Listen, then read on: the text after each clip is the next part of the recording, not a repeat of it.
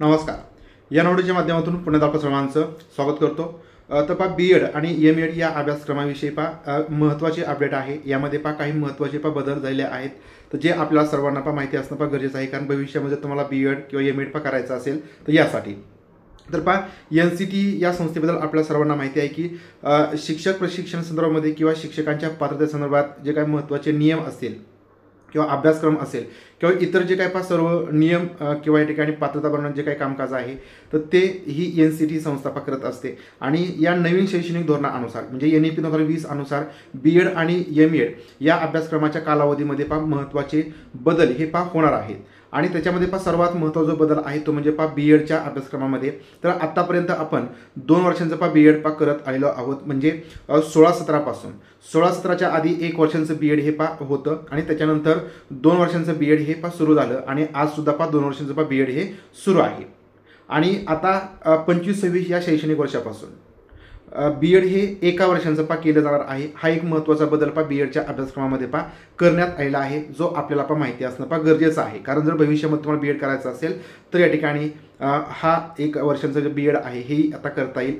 आता हे बीएड 1 वर्षांचं कोणाला करता येईल तर हे सगळ्यात महत्त्वाचं आहे. याच्यासाठी सुद्धा काही पात्रता ठरवण्यात आलेली आहे. आणि ती म्हणजे जर तुमचं PG झालेलं असेल, म्हणजे तुमचं BA झालं आणि तुम्ही पुढे MA केलेलं असेल तर तुम्हाला हे 1 वर्षांचं बीएड करता येईल. तसेच तुमचं MSc असेल किंवा MCOM असेल, म्हणजे ज्यांचं पदव्युत्तर पदवी तर हे शिक्षण पूर्ण असेल तर अशांना 1 वर्षांचं बीएड करता येईल. 1 वर्षांच्या बीएडला ॲडमिशन घेता येईल.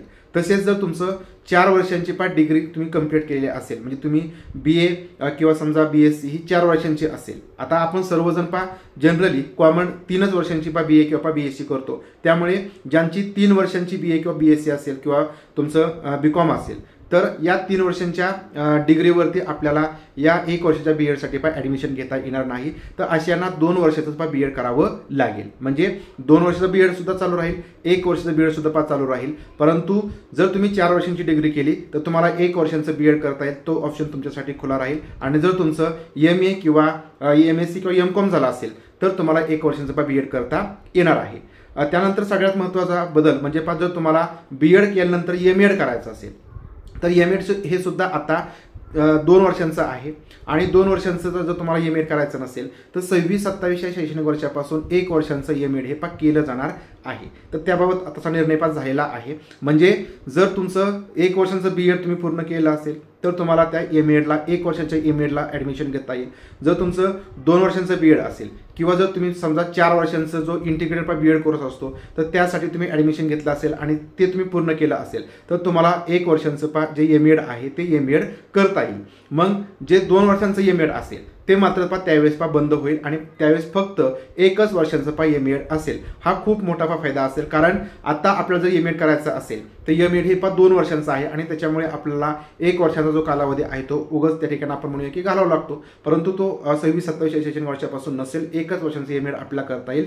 आणि बीएडमध्ये सुद्धा तसा जो बदल सांगितला की 1 वर्षांचं बीएड जर तुमचं MA असेल, कारण आता काय होतंय आपण PG केले असेल किंवा MSc केले असेल किंवा MA केला असेल किंवा MCOM केला असेल तरी सुद्धा आपल्याला 2 वर्षाचंच बीएड करावं लागतं. आणि त्याच्यामुळे 1 वर्ष आपलं आपण म्हणूया की ते वायाला जातं. कारण जर तुम्ही एखादी शिक्षक भरती निघाली आणि तुमचं बीएड कंप्लीट नसेल तर आपण त्या शिक्षक भरतीमध्ये त्या ठिकाणी सहभागी होऊ शकत नाही. आणि जर समजा तुमचं 1 वर्षाचं ज्यावेळेस बीएड असेल त्यावेळेस तुमचं समजा MCOM किंवा तुमचं MA झालं असेल, PG झाला असेल तर तुम्ही 1 वर्षाचं बीएड करून लगेच तुम्हाला शिक्षक भरतीमध्ये त्या ठिकाणी सहभागी होता येईल. त्यामुळे हा एक फायदा खूप मोठा असणार आहे बीएडसाठी आणि एमएडसाठी. आता याच्यामध्ये तुमच्या मनामध्ये म्हणजे अजून असे संभ्रम निर्माण होतील की ज्यावेळेस 1 वर्षांचं बीएड सुरू होईल त्यावेळेस ज्यांनी समजा 2 वर्षांचं बीएड केलं असेल किंवा 2 वर्षांचं एमएड केलं असेल तर त्याच्यावरती काय परिणाम होईल का? तर त्याच्यावरती कोणताही परिणाम होत नसतो. तुमचं तेही 2 वर्षांचं बीएड असेल किंवा यापूर्वी तुम्ही 1 वर्ष बीएड केलं असेल तेच त्या ठिकाणी व्हॅलिड असेल. तुम्हाला परत बीएड किंवा एमएड करण्याची आवश्यकता नाही.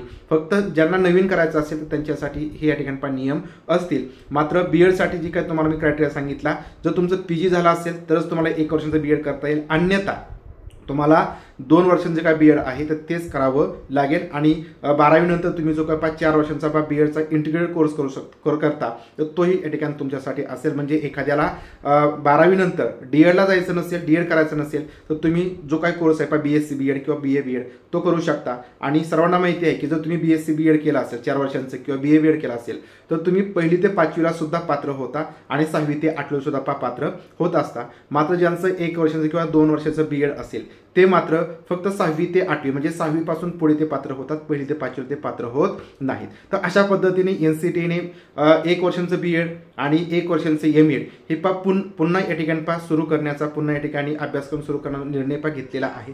तर त्याबद्दल एक महत्त्वाची अपडेट आपण या ठिकाणी समजून घेतली. तर जी या ठिकाणी तुमच्या कामाची असेल तर या ठिकाणी व्हिडिओ तुम्हाला माहितीपूर्ण वाटला असेल तर व्हिडिओला लाईक करा, व्हिडिओ शेअर करा आणि अशाच प्रकारचे माहितीपूर्ण व्हिडिओज पाहण्यासाठी चॅनल तुम्ही सबस्क्राईब केलं, चॅनल सबस्क्राईब करा. भेटूया पुढील व्हिडिओमधून. तोपर्यंत सर्वांना धन्यवाद.